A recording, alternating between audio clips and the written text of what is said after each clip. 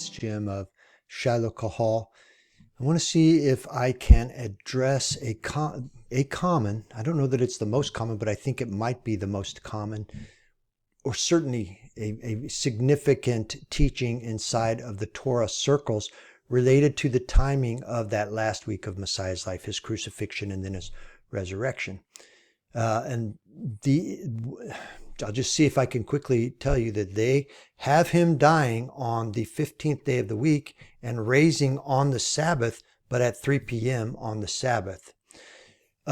Because then that would be a full 3 days and 3 nights in the belly of the earth. Now that's the sum of the teaching that is out in and prevalent in the Torah circles, in my opinion. Let me see if I can construct that and then tell you what the problems are with it. So here is the issue.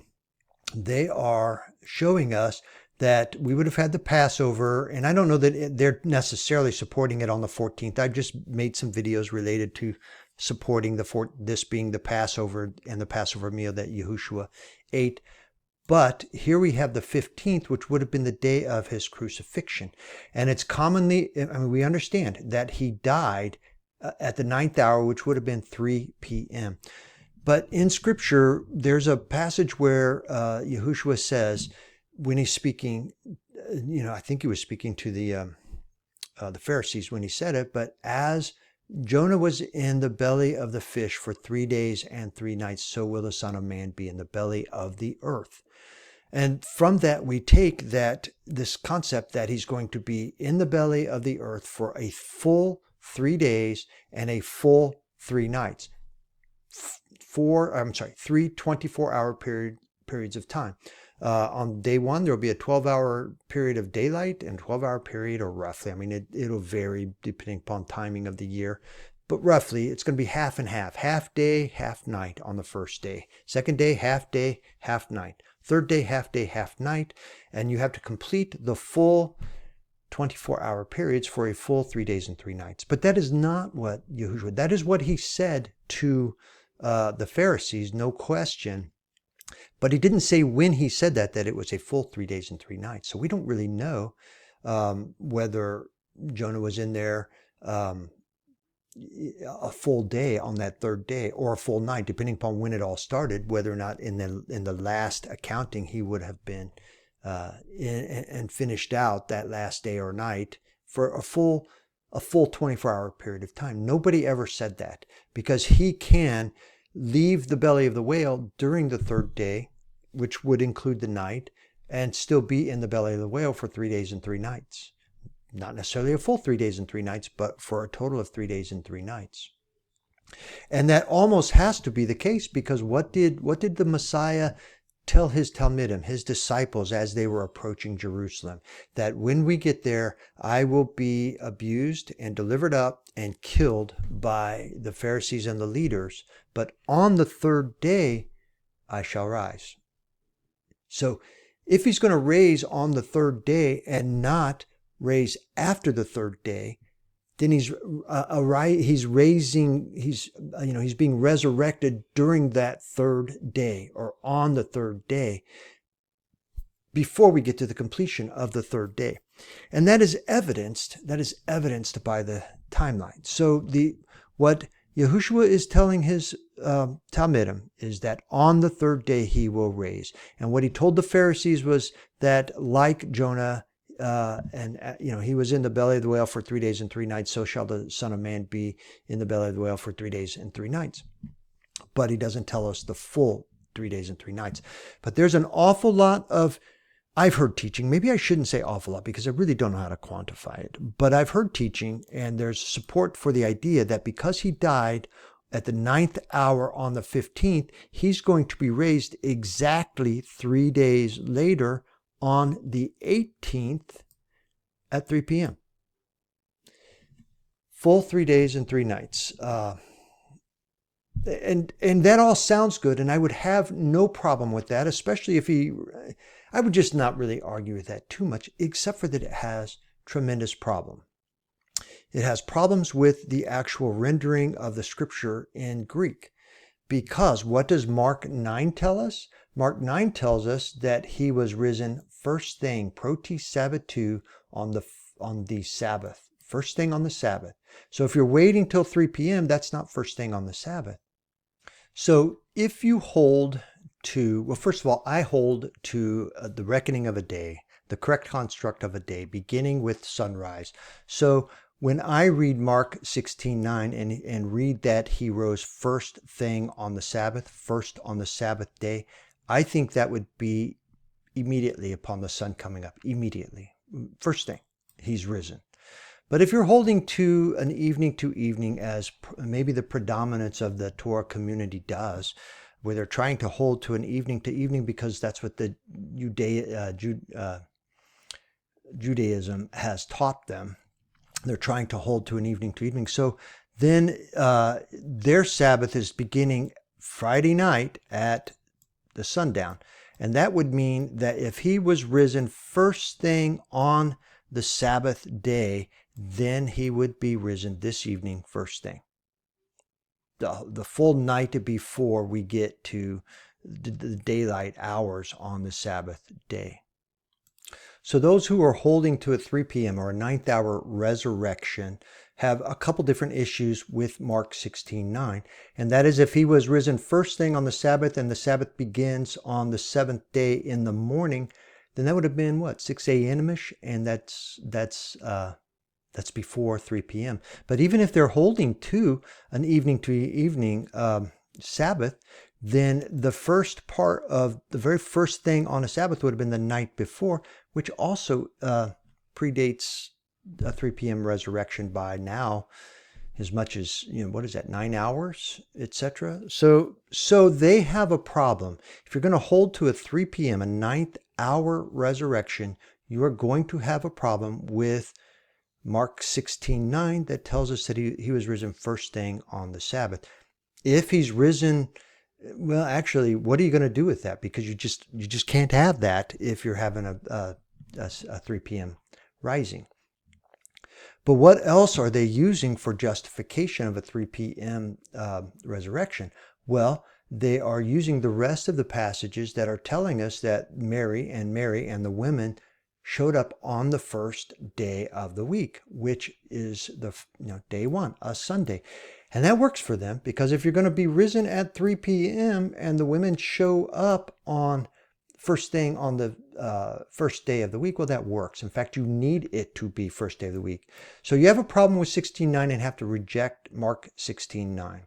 But you also have a problem with every single one of the passages dealing with the timing of the women showing up. And you need the church doctrine to be correct, that they showed up on the first day of the week. So, but let's go look at what the actual scriptures say. Let's go and start with Matthew 28:1, which is the first of the scriptures we have, telling us that here's how it reads, beginning this sentence with after the Sabbaths. And here's the plural for Sabbaths, it being dawn toward Mian Sabbaton, one of the Sabbaths. That's literally what it says. But the church is rendering it to us as first day of the week, and you're embracing it. And even though in the Torah community, you have people in the Torah communities telling you that the Greek is telling you something else. It's telling you that it's happening on on one of the Sabbath days, which is the weekly Sabbath. They're telling you it's happening that 7th day.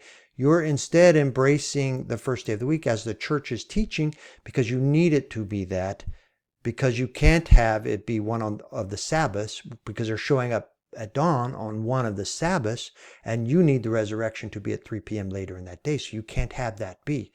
So your understanding of a 3 p.m. resurrection after the full 3rd day just cannot embrace the Greek of these passages. Let's go to Mark 16:2, where it reads, and early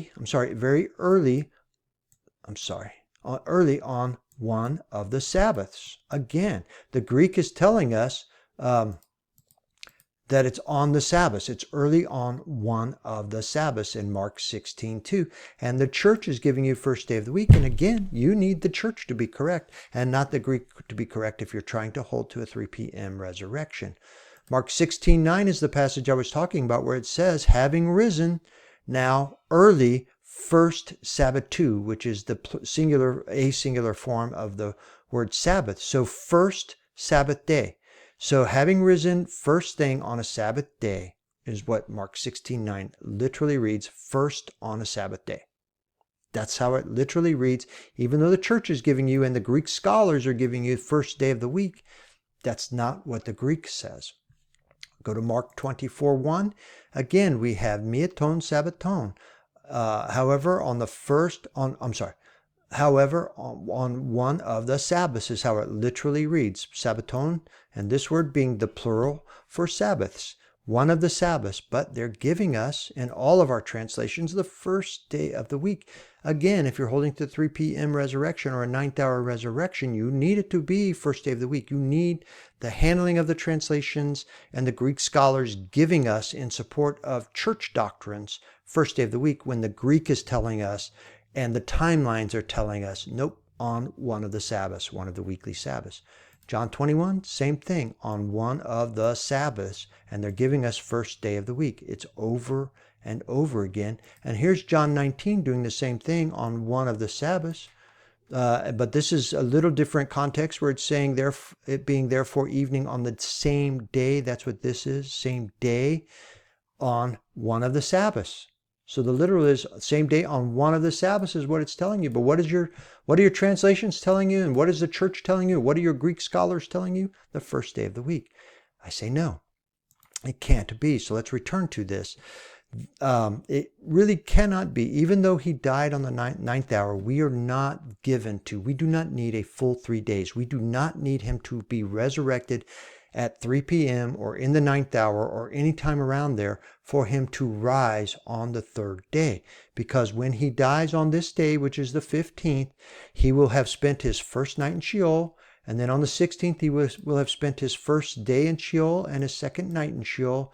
And then on the 17th, he will have spent his second day in Sheol and his third night in Sheol. And upon the ending of night, the rising of the sun, he has entered the 3rd day, which is the 18th. So the 18th, when it comes up, which is the weekly Sabbath, this is the very first part of the Sabbath. It's the first of the Sabbath, and it is the 3rd day. So he's rising on the 3rd day. All you need to do is get to the 18th, get to that Sabbath. And once the sun has risen, he's on the 3rd day, and that's when he's rising, and that's what Mark 16:9 tells us. And when all the women are showing up that very same day, early in the morning, he's already beat them to the punch. He's already been risen, and that's what they're finding. Immediately upon his rising, they're finding the tomb empty and the angels around who have just removed the stone and all of these things. If you will accept that, then the timeline of this entire crucifixion and resurrection week just absolutely fits. If you will give up on a 3 p.m. 9th hour resurrection and understand it to be first thing on the Sabbath, just like Mark 16:9 says in the Greek, and that the women showed up right after that, first thing early while it was still dawn on one of the Sabbaths, right after that, all of these events happening on the Sabbath day, which would be day 7. If you will accept that and can accept that, you will see how harmonious this entire week is to the handling of the Passover, the handling of the Feast of Unleavened Bread, and the correlation, the synchrony of the Greek. Okay, so in closing, let me clean up my timeline and show you what the Greek gives us for the timing of this Passover week, including the resurrection. So we have on the 14th, and let me get my pencil, we have on the 14th, Yahushua and his Talmidim observing the first day of unleavened bread, which is Pesach, not the first day of the Feast of Unleavened Bread. The day is approached and it's preparation day. They go and they get the lamb together, they slaughter it, and they prepare the evening meal, which is the Pesach for Yahushua and his Talmidim, and they eat the Passover meal or the Pesach meal that night. And then they leave that and they go to the Mount of Olives, where he is arrested and taken to the leaders of Israel, all before the daylight hours, but all before the sun comes back around and begins to shed light into the sky when the cocks are crowing. And then on the 15th, which would be the Sabbath day, he's brought before Pilate in the wee hours of the morning as the sun's coming up. John says it's the 6th hour, but it would all be around 6 a.m. So in the morning, we know that he's brought to him in the morning. And then over the course of that next 3 hours, he is, interviewed by Pilate and Herod, and ultimately delivered up to the Roman soldiers to be impaled. And he's impaled by 9 a.m. meaning crucified, at the 3rd hour, which is by 9 a.m. on the 15th, that next day, which is day 4, a Wednesday. By the way, the 14th is always the 14th day of the first month, which is Passover, is always on day 3 of the week, which makes the first day of the Feast of Unleavened Bread, which is a Sabbath, always day 4 of the week. And that's what we see happening here. So then from after he's impaled at 9 a.m., from noon to about 3, from the 6th hour to the 9th hour, we have darkness in the land. And then around the 9th hour, he dies. And he then spends his first night in Sheol. And then we have the second day, which would be day 5, where he's now spending his first full day in Sheol and his second night in Sheol. And then we have the 6th day, day 17 of the month, where he's spending his second full day in Sheol and his third full night in Sheol. And then when day 7 comes around and the sun comes up, we are now experiencing the 3rd day that he had been in Sheol, after the 3rd full night that he'd been in Sheol. And what do the scriptures tell us takes place on this day 7? Well, very first thing, according to Mark 16, verse 9, chapter 16, verse 9, first thing, proi proti sabbatou, first thing on the Sabbath, he is risen. So he having risen first thing on the Sabbath. And then right after he is risen, we have Miriam showing up early on one of the Sabbaths to find him and the tomb empty. So this is all happening first thing on this 7th day, the 18th day of the month. And so we cannot wait. The resurrection has already occurred. The women have already been to the tomb by 3 p.m. in the afternoon, which is the 9th hour, which really just refutes the ability, the opportunity, the possibility that the 9th hour or 3 p.m. is a realistic resurrection time for his resurrection. And even if, as I've heard them argue, for the various translations who are giving us Mary showing up at the first, early on the first day of the week, even if they argue for that, they still don't know what to do with first thing on the Sabbath, because first thing on the Sabbath is either going to be when the sun comes up, depending upon what they're going to use for reckoning of the day. It's either going to be when the sun comes up or when the sun goes down earlier, even earlier than that, because by the time 3 p.m. comes around, you're either, if you're reckoning by morning, you would be, what would that be? 9 hours into the day. And if you're reckoning by evening, you'd be 12 hours by 6 a.m. And so 19 hours into the day. You just can't do it, and it doesn't work. Well, thank you. And if you think this video has merit or value, then I invite you to like and share and subscribe. Thank you, and may you be Baruch.